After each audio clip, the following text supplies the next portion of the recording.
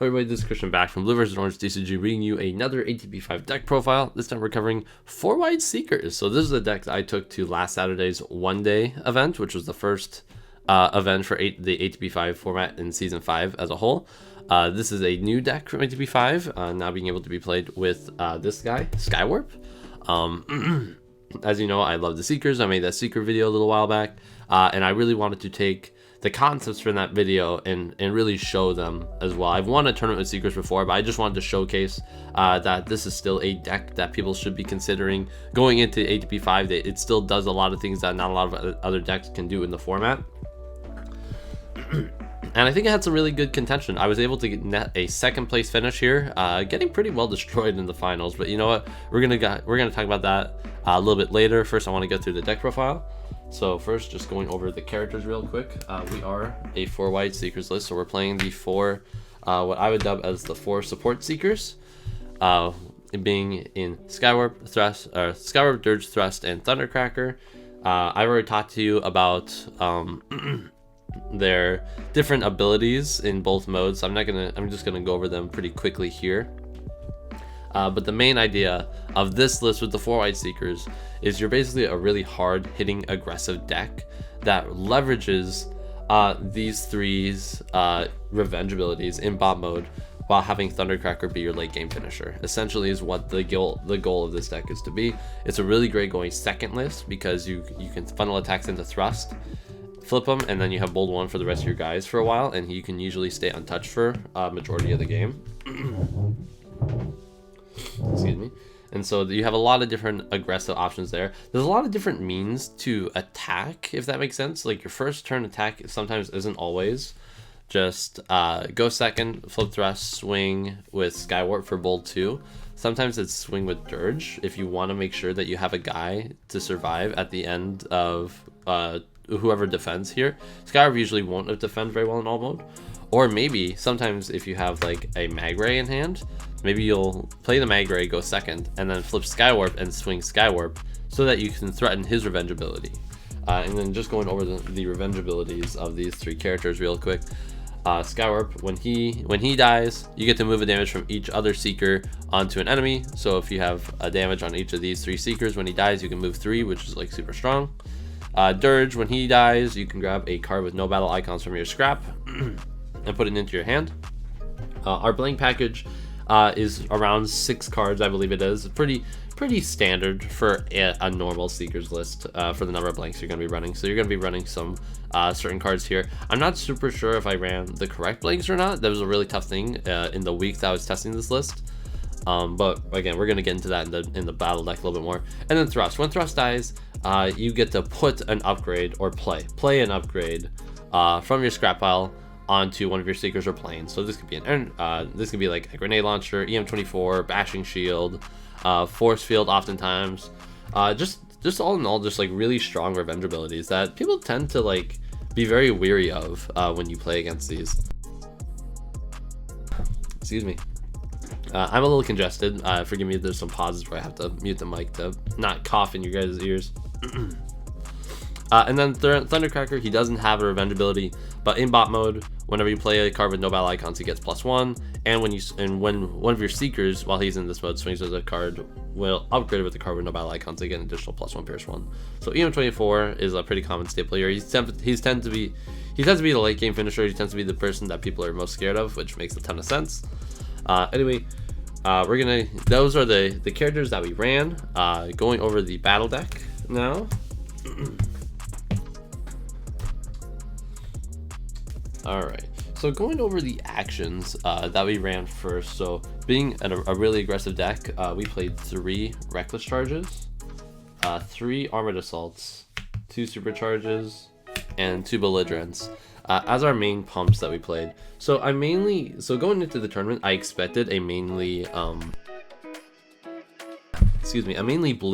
bluer field, and I was pretty well correct on that. So I wanted to mainboard the Belligerents, also because I'm naturally wider.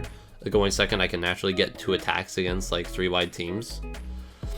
Being 4-wide, playing a Belligerents and a weapon during that, it can be like a really devastating turn. The Armored Assaults, because we're running blanks, you don't really want to rely on bold too much in the list, which is why the armored assaults and the reckless charges are pretty important for just static pumps. And then the 3 reckless charges I actually found to be one of the better cards in the list. So because you have Skywarp to threaten the move damage revenge ability, you can actually play this card earlier in the game than you normally would in aggro decks. Usually this card's really scary to play early on because putting 3 damage on a character without killing something can be kind of like a weird tempo loss for you, because you just had to deal so much damage to yourself that your opponent doesn't have to worry about it so much. But with the revenge abilities, you can just play this on a character, even though you may not kill something, but get a huge chunk of damage through in a really like kind of fast way. Without necessarily feeling those impacts, because people tend to be very wary of the revenge abilities of the Seekers, was really, really good. And honestly, I would not change this at all, personally, with this list. So those are the pumps, pretty cut and dry. Oh, and I did play 2 Supercharge. This is mainly just because I wanted more action pumps in the deck. I really wanted 10 at the least. And so this is probably much the next best one in my opinion.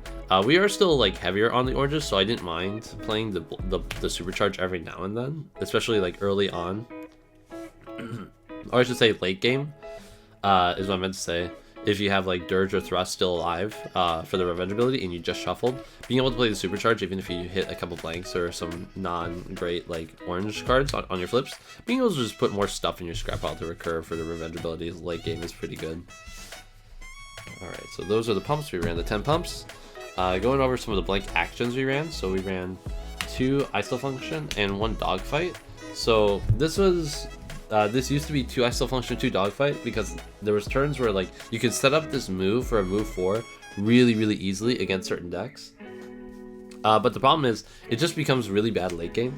Like this usually just ends up being a move 1 at the end game, usually, which is just not super great.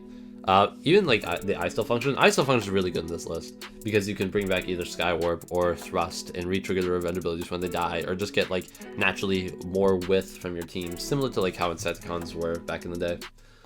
But both of these cards aren't like super amazing late game.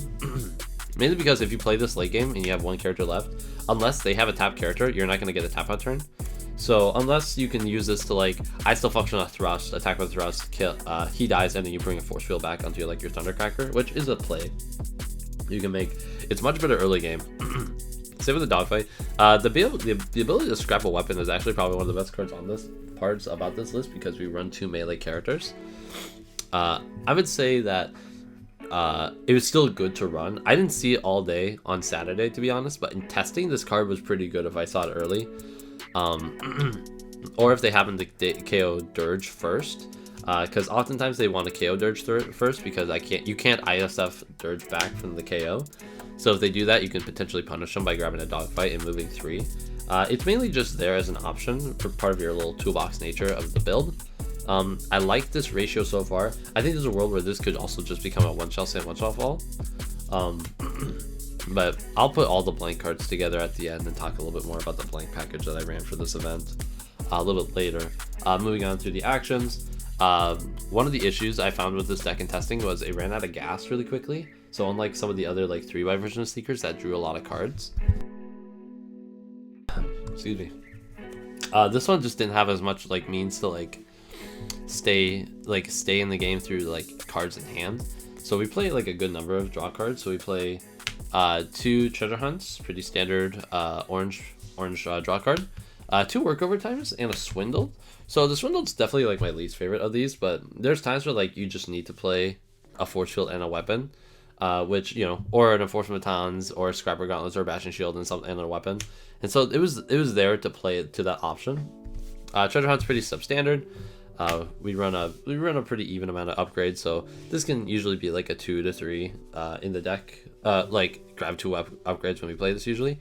And then the weird card, the work overtimes. So this was a last minute change, and it actually worked pretty well in the event.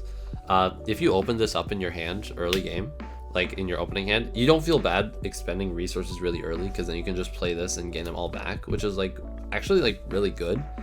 Like I said, you just don't end up having a ton of cards in hand with this deck usually, and so being able to like pick this up even for a draw 2, it's still going to keep you in the game even more afloat usually.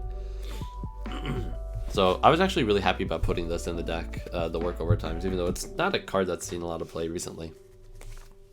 Next up, we have 2 Mag Rays. I would say the biggest thing, I wish I played 3 of these. This card was absolutely amazing throughout the day. It's just like a great setup, because being able to play this like turn 1, like I said before, play this turn 1, flip Skywarp and swing, you now have a threatened, like, you threaten your opponent with a really big move turn. Being able to play this, deal 1 to each of your guys, and if they don't, and potentially move 3 to another opponent is like super huge. It's like just an absolute blowout against Autobot decks. I wish I played 3 of them. I only played 2. I didn't even play the third into the sideboard, but I would say if you're gonna play this deck, I'd just play 3 Mag Ray for sure. Next up, and my last action is gonna be 1 Take by Surprise. I wish I played a second one of these most of the day, only because I took out a crushing size in testing for this event, so I'm not playing the crushing size, so I didn't have a whole lot to like beat like point position and stealthiness and stuff, other than like this and Spy Satellite. I just kind of wish I had a little bit more options for removal in the list that I built here, but I was kind of running out of room. This is a 40 card list. I usually run 41, but I did try running 40 this time. And I just took out the second one of these. Whether that was a good call or not, I don't think it was. But that was also just kind of ended up what happened there. All right, so those are the actions for the list. We're gonna move on to the upgrades. So the upgrades, this is where like a lot of our thrust toolbox kind of comes into play. Even though, again, this is not necessarily supposed to be as toolboxy as other Seeker builds. They still have some toolboxy options. So of course we run the 3 Grenade Launcher, 2 Erratic Lightning, 2 EM24 Laser Launcher. We'll talk about this card a little bit more in a little bit. 1 Scoundrel's Blaster and 1 Enforcement Batons. Real quick, these 5 are pretty standard in orange lists. You mainly have 0-1 defense, so you don't really care about the -1 defense on the Erratic Lightning. You don't like playing this on Thundercracker, to be honest, just because he can actually have quite a bit of like survivability with the 13 base alpha and 1 defense in bot mode. But still, usually you don't really care too much. Or you can even play this on him in alt mode and have him be the last swing and then tap, and he has stealth while untapped anyway. Scoundrel's Blaster, never leave home without it. And the Enforcement Batons, this was a card I just put in. I wanted just like a little bit more like green options for weapons, and I didn't want to play a second Scoundrel's Blaster, but this was actually like really decent throughout most of the tournament. Being able to blow up like axes or harpoon guns was really big. There was a lot of records at the event, so this card was like really, really good. And then 2 EM24 Laser Launcher, this card's like pretty much a staple in Seekers in my opinion, just because like with Dirge and or Thrust you were able to pick it up and grab it, and then this card being able to be played onto Thundercracker when he swings for that turn is actually like a +5 to the swing, because you play this, he gains the 3 attack, he goes to 8. You play the blank card, so he gets +1, goes to 9, and then if you swing with him with this on him, he gets an extra +1 Pierce 1, so he becomes 10 base alone without a pump. This card's just absolutely nuts, and it's just like another, it's good to be able to grab like an offensive like upgrade from the Dirge Revenge ability if you're playing Dirge. So I always recommend having probably at least one of these if you're playing the 2 Dirge or Thrust, or in Thundercracker of course. Just kind of hard to beat for the Seekers. It's always treated me really well, and it's good into your sideboard plan as well. Alright, so the armors, 3 Improvised Shield, we ran 2 Bashing Shield, and 2 Force Field. Pretty standard armor section here. We are running the 3 Armored Assault, so we have the 7 armors, even though only 4 of them are really playable.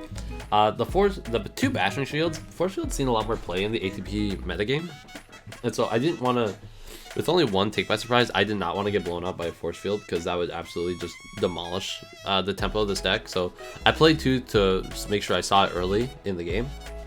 And then 2 Force Fields. Being able to recur this with Thrust from the scrap pile is like really good. We've talked about this before. Just pretty standard armor list for the deck. And the last 3 cards of the deck are my utilities here. We have the 1 Pocket Processor, 1 Spy Satellite Uplink, and then 1 late change, the W5 Gyro Blaster. So like I said before, we played the Pocket Processor because we just wanted to make sure we had cards in our hand. Seeing this early game, being able to put this onto Thundercracker, and hopefully having it stick around for a few turns is really, really good for you. Spy Satellite, never leave home without it. You just don't want to have anything that doesn't counter Brave and Stealth, and it's a green +1, which isn't bad. And then this card, which I put into the deck late game, W5 Gyro Blaster. So if you don't remember what this card does, is it's a +1 utility that whenever you battle with the upgraded character with this card, neither you or the opponent that's battling with this character flips more than 2 battle cards. So even if they flip like a white, they can't flip more. They can't flip extra cards. So why did I put this card in the list? This originally was a Crash Landing, and Crash Landing felt pretty good in testing, but it was very circumstantial. It felt like it was easy. It was just pretty easily played around. I will say that the Crash Landing is still an option for this list. I still really liked it. But the main reason why I put this in was I wanted a fetchable answer to Master Megatron, who has that natural tough built deck where he has tough 2 in both bot and legend mode. So I wanted something to be able to put onto my Thundercracker late game, to be able to just potentially one-shot a Megatron or a Master Megatron after he's risen, or even like into opposing Flame Wars, which I did run into in this event. I played against Ansel, who was running Master Megatron in top 4, and this card was absolutely incredible in the game that I did. I had it, I put it on my Thundercracker. Again, even though this is just a utility, it does grant a +1, and then putting this onto Thundercracker is a +3 total because you're playing it and swinging with him, swinging with the blank upgrade. So just playing this is 8 base already, combined with something like a Reckless Charge, your base 12, so even if you only flip like an orange and a blank, you're still swinging for 13 again against like a 1 defense, can't flip more than 2 Master Megatron, which is like pretty much enough to one-shot it past like most upgrades that it has on it, even depending on the secret actions too.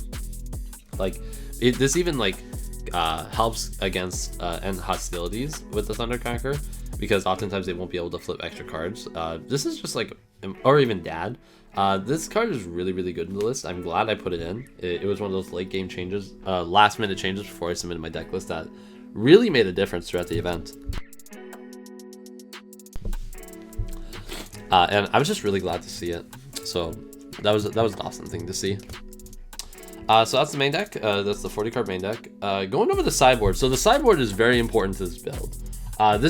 This isn't a normal sideboard that you've seen previously, where it's typically has a lot of like 1 to 2 of like answering cards. This is a transformative sideboard. So the whole idea of the sideboard is you take out. This is often what I did against like heavier blue matchups that this deck didn't do very well against.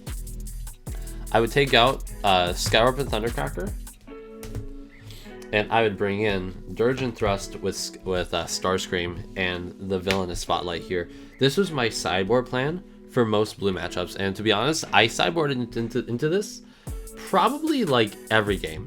Just about every game I sideboarded into this, which probably tells you, and a little bit of sneak peek on my opinions here, I think the 4-wide build wasn't a great meta call going into such a heavier blue format. But because I had this sideboard option, it made it a lot easier. It made it nicer into the kind of wider aggro matchups that I did actually end up seeing in the one-day event. So even though this would probably be better against the majority of the field, I'm still glad I had both options available to me. And basically, I'm not going to explain Starscream too much, but if you don't quite remember, when you flip to alt mode, you scrap the top 3 cards and you put all blank cards in your hand, and whatever else you scrapped, a secret blank gets plus bold to that many. So if you flip 3 orange pips, they all get scrapped, but you can give one of these guys bold 3, which is like huge damage. And then when you flip to this mode, you get to draw a card, plan 1, and then when one of your seekers battles or attacks and they flip a blank, do 1 damage to each non-seeker enemy or non-seeker character. That ability is pretty important for the finals, which we're going to go over here in a little bit. But just know that this is also like this is a normal way for seekers to draw a bunch of cards, and it's much better against the bluer matchups because you naturally just have a single beasted character that hits for a larger threshold of damage in a single attack than like the wider, smaller guys do, while still being able to maintain a really toolboxy nature with these two. So we're going to go over to the sideboard. I'm just gonna have Starscream chilling over here for a little bit here with his Villainous Spotlight. So the battle deck itself for the sideboard was this. It was 2-0 to lose, 2 supporting fire, 1 must die sometime, 1 escape route, 1 null ray of Starscream, 1 adamantine frame, 1 aerial superiority, and 1 energy pack. So this was pretty much what I sideboarded into. When I sideboarded into Starscream, I pretty much brought in at least 8 to 9 cards. Sometimes in some matchups I would bring in all 10. if the matchup required it. But mainly, you wanted to bring in the 2 nothing to lose because it's just the best card in Seekers ever. 2 supporting fire. The must die sometime was pretty conditional depending on the legend decks I was playing against. The escape route was really good with Starscream. Null Ray is great with Starscream. Adamantine Frame is good with Starscream. Energy Pack, of course, they help your Starscream save survival to survive longer. And then Aerial Superiority, this was the last one to change. I actually wasn't a huge fan of this in the board, only because I didn't see there wasn't enough matchups to where I thought this was like good enough for me to play all the time, except for like one. I think I'd rather have this be a one-shell stand in the side, but all in all, it was still like not bad. And then this card must die sometime. So this is one of those green anti-legend cards for ATP5 that was introduced, and I wasn't like a huge fan of it at all in the event. I think it's mainly because I was an aggro deck. Because basically what it's saying is enemies can't use stealth this turn and lose sturdy until end of turn. That ability is like really good. But the second line, which is what most people play this for, for each character on your team, you may move up to 1 damage to an enemy in legend mode from a different faction. So it's similar to Dogfight, but it has to be a legend into a legend mode that's not a Decepticon. So either Wreck-Gar or an Autobot one, so like Autobot Jetfire, Orion Pax, Magnus. This ability just didn't come up very often, and mainly because like even though there was times where I could move 3 damage to an Ultra Magnus, that play just wouldn't get me to the game, if that makes sense. Like I could play this, deal 3 to move 3 to Magnus, but it still wouldn't keep me safe, if that makes sense, versus like playing like an Ice function to bring back a force field from the scrap from a thrust trigger. This was the most disappointing card to sideboard by far, but I think it's still worth playing. I think it's really good into Gruesome Legion and Wreck-Gar, especially like going post board, because like the Wreck-Gar has sturdy. So if you play this and swing with Starscream into the non-arise Wreck-Gar, he no longer has sturdy, so if you hit the blank trigger, he'll arise and then you can go into Gruesome Legion. So I think it's still worth playing, especially because it's green, but it was just like something I would definitely not play more than one of. Probably again because I was an aggro deck most of the time. Otherwise, everything else is pretty substandard. The supporting fires are just really good into blue decks, especially with Starscream. The Null Ray is one of my favorite cards to put into Seekers, the Starscream Seekers. Only because like it's easier for you to flip blanks, it's easier to flip whites. With the nothing to lose, you now have some orange whites in the deck that you can play. So it's just a really good card. You could just like get rid of an Erratic Lightning for it if you wanted to in the post board. And then the Adamantine Frame, another new ATP5 card. Being able to put this on Starscream to give him sturdy along with an energy pack actually makes him like a really hardy character to get rid of. Which is like actually super cool, and the fact that it's an orange pip is just really like beneficial to our strategy anyway. And so that was basically what we did. And just to show you what the normal cards I would take out in the sideboard were for these, before we move on to the tournament report. So most of the time, if I was sideboarding into the Starscream, I would obviously be putting in these 2 cards here. The supporting fires, not the escape routes, the Null Ray, the frame, and the energy pack. So this is like the 8 I mainly always brought in, and then these 2 if they called for. And again, it is still always based off of your determined matchups, what things you're going to take out for your sideboard. But just like to show an example, because this is something that I know a lot of newer players don't necessarily have a good grasp on. Even veteran players, I should say. It's hard to know what to sideboard, is basically what I'm trying to say here as I'm rambling along. But what I often took out was I often took out a Pocket Processor, because Starscream nets you a ton of cards from his flip and bot mode abilities. Depending on the matchup, I would take out a Bashing Shield. That's something that I often did. For the blanks, I would take out an EM24 laser launcher, as well as this Dogfight. Dogfight is just not really good into once you go 3-wide, in my opinion. Like there's sometimes moments you can get it for like 2, which is like not bad, but most of the time you can just side it out. It's just like not as good as supporting fire. Otherwise, if you wanted to keep the weapon, the EM24, you can also get rid of an ISTIL function, which is totally fine as well. This is actually probably what I did most of the time, is I took out these 2 blanks for the supporting fires. And then I also, against heavy orange, I would take out a belligerence. Well, against heavy orange, I would take out these 2 belligerences and put in the nothing to lose. But if you're going against orange, I would take out the supercharge, a supercharge, and a reckless charge against blue decks, because the belligerence is just so good against blue decks, and then these 2 can be a little bit difficult into the blue matchups, which is mainly what I sideboarded for anyway. And then I also took out the 2 work overtimes. Because again, you're mainly drawing a ton of cards with Starscream anyway, so it's not like you're going to be running out of cards anytime soon with Starscream's both flip modes. So I think it's just easier to run the escape route than the work overtime. Again, maybe against Shockwave or something, you would still keep the work overtimes, but this is just mainly what I tend to take out. You can also take out Magrays if you want against heavier Decepticon matchups.